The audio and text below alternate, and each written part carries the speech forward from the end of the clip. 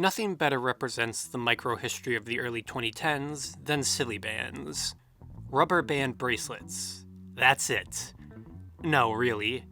Nothing big on their own, as their real popularity lasted barely a year, maybe. They represented another moment in the grand historical succession of fads. From tulipmania in the Netherlands during the 1600s, where the country's entire economy went boom and bust on the supposed value of flowers, then the on-again, off-again fascination with Ouija boards from the 1800s as spiritualism has waxed and waned through the ages, to even the dot-com bubble of the 1990s that birthed the internet, for better or worse. Silly Bandz were another micro-moment in fads largely localized in American schools. Though Silly Bandz are interesting for another reason, they are 2010 fossilized in a cheap rubber plastic form. That does not mean Silly Bandz, or any fad, are bad, but they each have their unique traits.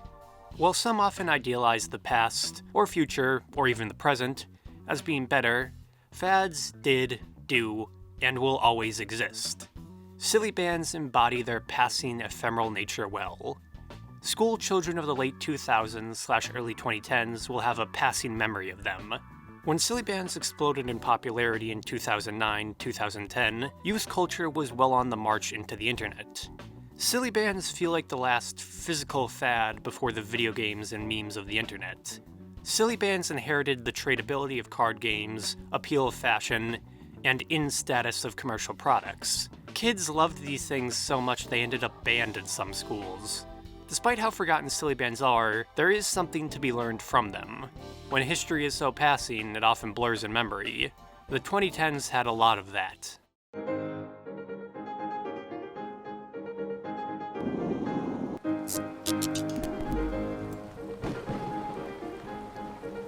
It is important to differentiate between fads and trends to understand Silly Bandz. While similar, fads are far shorter than trends, but often make far more money in the short term. Fads explode in popularity then burn out, often in less than a year. On the topic of Silly Bandz, Brian Lilly of the University of Wisconsin noted about the rubber band bracelets, "Fads are a sudden and unpredictable spike in the sales, in which consumers are buying a product as much because of its popularity as its usefulness." Lilly notes that while fad products eventually experience a rather abrupt decline in sales, revenues don't necessarily fall to zero. Fads are more common among children, due to children being easier to influence, but fads do exist among adults. In the 2000s-2010s, things like Cabbage Patch Kids, Beanie Babies, Pokemon/Yu-Gi-Oh cards, and the fushigi, that glass ball/contact juggling, were major fads among school children. Among adults, in the same period, fads were less recognizable, but existed in things like the baby food/the HCG diet, the PT Cruiser, and numerous always popular workout fads. There were fads that broke generational barriers as well, from Crocs, though those are back now, to Beanie Babies. Oh, Beanie Babies. Reasons for their actual popularity differed from pure peer pressure to actually being fun. The popularity of trends are due to the same factors as fads, but trends generally last longer. In business, trends are, usually, more predictable and a safer investment. Both trends and fads take time to become popular and often build up in popularity in the background. What differentiates trends from fads is that trends have novelty that keep them popular, though fads can become trends. This generates long-lasting appeal, meaning the market is not as easily flooded. In general, trends are/more often become brands, like Pokemon, Yu-Gi-Oh!, Hello Kitty, Webkins, Neopets, and iPhones/Apple. Technically, things like scooters, Ouija boards, and the Rubik's Cube blur the line between fads and trends as each new generational cohort rediscover them. In the case of schoolyard fads and trends, things lose popularity as they become common, the always present appeal of the cutting edge. In the 2003 paper, Fads, Segmenting the Fad Buyer Market, Brian Lilly and Tammy R. Nelson broke down the buyers/participants of fads into definable groups. They define them as such: enablers, people who enable/make others participate in trends, often children who make their parents buy things for them. Belongers, people who purchase things for themselves to show they belong in the in group and are usually teenagers. Status conscious, those who simply desire the product for status/appearance, but never actually use it. Nonchalance. People who simply buy the product because it is popular without really thinking about it. Current eventers. Those who buy the product simply to have memorabilia, a memento, or nostalgia object from the moment. The hobbyists. People who become interested in the product and retain interest in it after it dies out. Then the speculators. Those who buy the product to resell it for profit at a later date and are often a red flag of a fad. All these factors built up into Silly Bandz. But there was a man behind the bands. Robert Krook. It might be surprising to learn that Silly Bandz have a storied and controversial history. Surprising for rubber band bracelets, yes, I know. Krook was a lifelong entrepreneur who tried to hit it big after inheriting the family restaurant. In 2002, though, Krook was convicted for forging a check for a business partner, for which he was convicted, then served probation. 2 years later, he had to pay over $45,000 in overdue taxes and penalties after business troubles. Events that taught him to avoid risky deals and bad investments. Still, Krook had a dream. In 2003, he founded the toy company BCP Imports, Brainchild Product Imports, in Toledo, Ohio, to pursue that dream. Then it happened. Kind of. In 2006, Krook attended a toy conference in China, where he was introduced to some animal-shaped rubber bands from Japan, the precursors to Silly Bandz. These animal rubber bands were designed by the passkey design team of Yumiko Ohashi and Masanori Haneda in Tokyo in 2002. Ohashi and Haneda designed these animal rubber bands for offices. They wanted rubber bands people would actually care about and keep instead of just throwing away. Animal rubber bands were imported to the United States in 2005, but Silly Bandz would capture the market instead. Using his experience in designing plastic Livestrong bracelets, remember those, Krook took Ohashi and Haneda's idea for a new audience. Krook added durability, wearability, and more designs to the little colored shaped rubber bands. Then, in 2006, the Silly Bandz brand was born. While animal rubber bands would never become popular in the United States, Silly Bandz would capture the next generation of school children in 2010. Animal rubber bands never found ground for being too work-focused, and were thus forgotten, but Silly Bandz spread like crazy across schoolyards and cafeterias, either bought, traded, or shot. Krook credits the success to his idle hands theory. As Trendspotter, the man behind Silly Bandz, describes, he says he had a hunch they'd be popular given people's tendency to fidget, what he calls the idle hands theory, and he thought that unique designs could make them conversation pieces. He saw their potential as collectibles only later. Silly Bandz were first released in 2006 in Toledo, Ohio, but where Silly Bandz first became popular is somewhat debated. This report from ABC News, from the video Demand Silly Bandz the Latest Fad, video ABC News, states the spread started in the South and first became popular on schoolyards in Birmingham, Alabama. Geographic explosion. They first took off in, of all places, Birmingham, Alabama, late last year. The craze stretched up the East Coast, gradually to New Jersey and New York, before moving west. Word is thought it first began among female students, then spread out to male students, finally jumping between schools through friends, relatives, and activities. Though Alabama, New Jersey, and Tennessee were early adopters as well. The contagion moved up the eastern seaboard before proliferating westward. Girls being the shock force that transmitted the fads transcontinental through fashion. The hottest period of Silly Bandz being summer-fall 2010. Most news articles on them, predicting the fad's death, come from July 2010. In retrospect, it is almost quaint how Silly Bandz spread by word of mouth. Today, the internet and social media spreads things near instantaneously.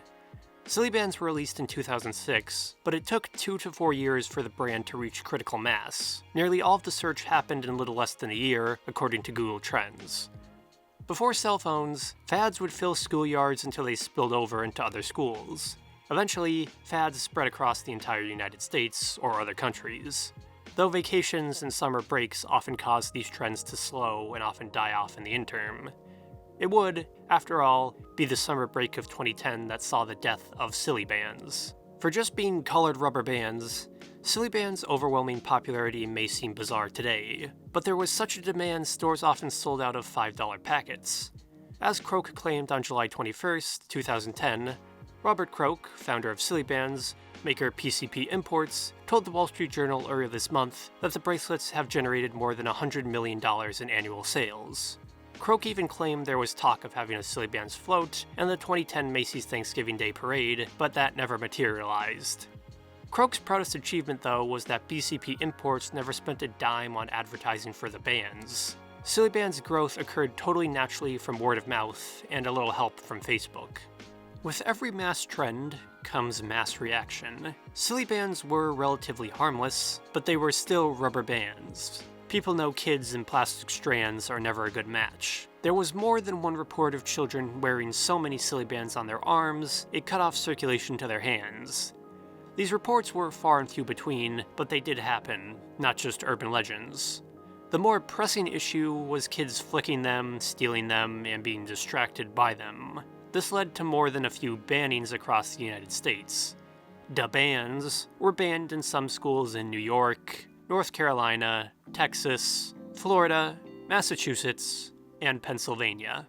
All of them, beside Texas, on/close to the eastern seaboard, where Silly Bandz first found a foothold. Just because Silly Bandz were not totally spread by the internet does not mean they did not have an impact on the web. By 2010, the slow rise of internet-connected phones would begin the mass adoption of the internet across all age groups.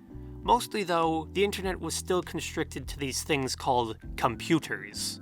Other trends like webkins and Neopets, online pet games, would accelerate the rise among younger generations. As shown by Google Trends, Silly Bandz occurred near the tail end of these trends.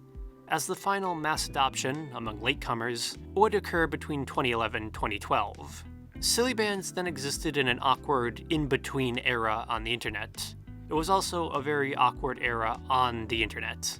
This is attested by the decade-old 240p Silly Bandz videos on YouTube. These videos then are an interesting example of a popular IRL fad interacting with the later period of early YouTube. Silly Bandz, to me, really feel like the last pure trend before the internet began the process of cultural acceleration. The mass movement of Silly Bandz may seem almost impossible for something that, beside Facebook, was largely circulated by word of mouth. By the summer of 2008, Silly Bandz products were selling at retail locations across the eastern US. Today, they're found in an estimated 30,000 stores in 15 countries. More than 1 million people from around the world call themselves fans on Facebook. Revenue is expected to reach 200 million or more this year. The shortage of Silly Bandz even led to the rise of copycat products, opportunists who took advantage of the notorious Silly Bandz shortage. Wacky bands, crazy bands, believer bands, and handy bands, all forgotten brands of rubber bands. Kids do not care about brands, but bands, so these spread alongside Silly Bandz, which kids simply group them under. Today, so forgotten, even their old domain sites are dead. Oddly enough, SillyBandz.com is also a dead domain, though SillyBandzOnline.com works. There was even a totally original Silly Bandz Nintendo DS game that attempted to branch out the Silly Bandz brand. It was an Angry Birds ripoff, but for the Nintendo DS.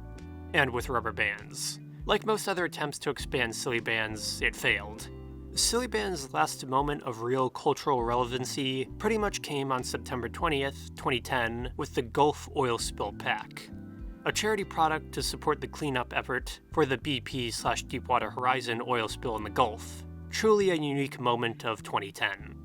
Past July 2010, Silly Bandz saw a steep burnout, as most fads do after a few months. The Silly Bandz brand attempted to inject life into the product with very 2010s brand deals. Today, they still remain up on the Silly Bandz website, probably the result of overproduction. SillyBandzOnline.com still sells iCarly, Justin Bieber, and Kardashian bands like fossilized remnants of 2010. There's still SpongeBob bands too, so I guess that shows how little culture has changed since 2010. I don't know. Perhaps the sheer amount of Silly Bandz music parody videos on YouTube prove this as well. Granted, most of these were made by kids a decade ago, but it shows what was going on with YouTube a decade ago. Remember the key of awesome? The bands that I wear are faux show the silliest. I got them up and down my arm. Get out my way or I'll cause you some harm. Imitations, but do not make the mistake. If they're not really silly, then you're sporting bands are fakes, yeah. I change, they change with you. I change with everything you do. Let me put these bands on my grands. I got silly bands, I got silly, I got silly bands, I got silly bands, I got silly. Arranging all the colors. The kids break the bands, trying to steal them from each other. Why are there so many of these? A lot of them are rap too, which reminds me of... Here is my Silly Bandz swag. Hey, Silly Bandz swag. Hey. Swag. Swag. Yeah. Most market experts then predicted Silly Bandz would die off in about 6 months after July 2010. Robert Croak predicted a more optimistic 5-year trend, but in this case, the experts were in fact correct. Silly Bandz, in Google searches, died off between January and March 2011, a steep 6 months decline. The Google Trends graph even shows a classic dead cat bounce in the case of Silly Bandz, a brief resurgence before the fad evaporates. Silly Bandz pretty much burned itself out. It became now another barely remembered moment of the 2010s. Man, that decade sure did go places.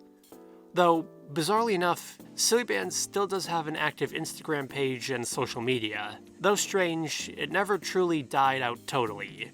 Now it awaits a possible revival, which, for the past years, I have been seeing signs of.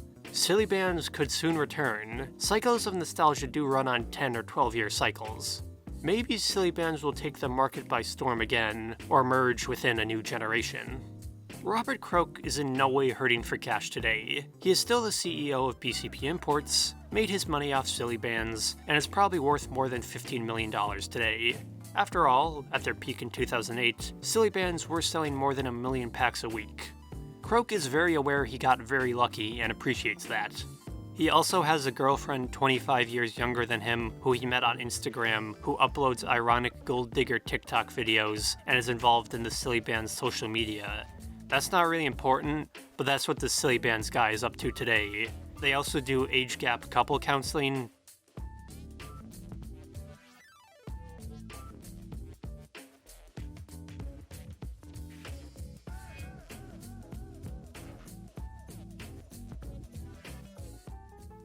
Sure, whatever.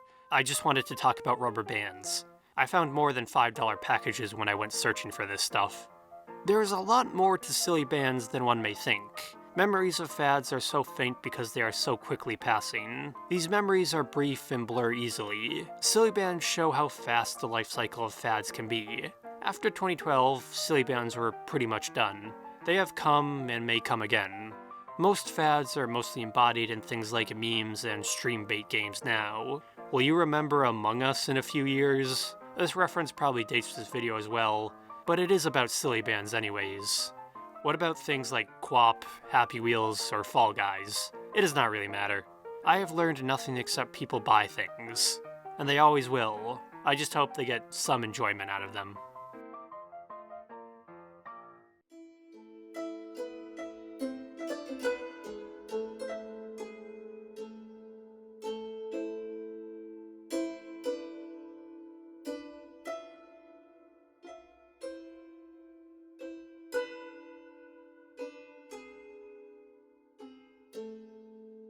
A video about rubber band bracelets. How silly.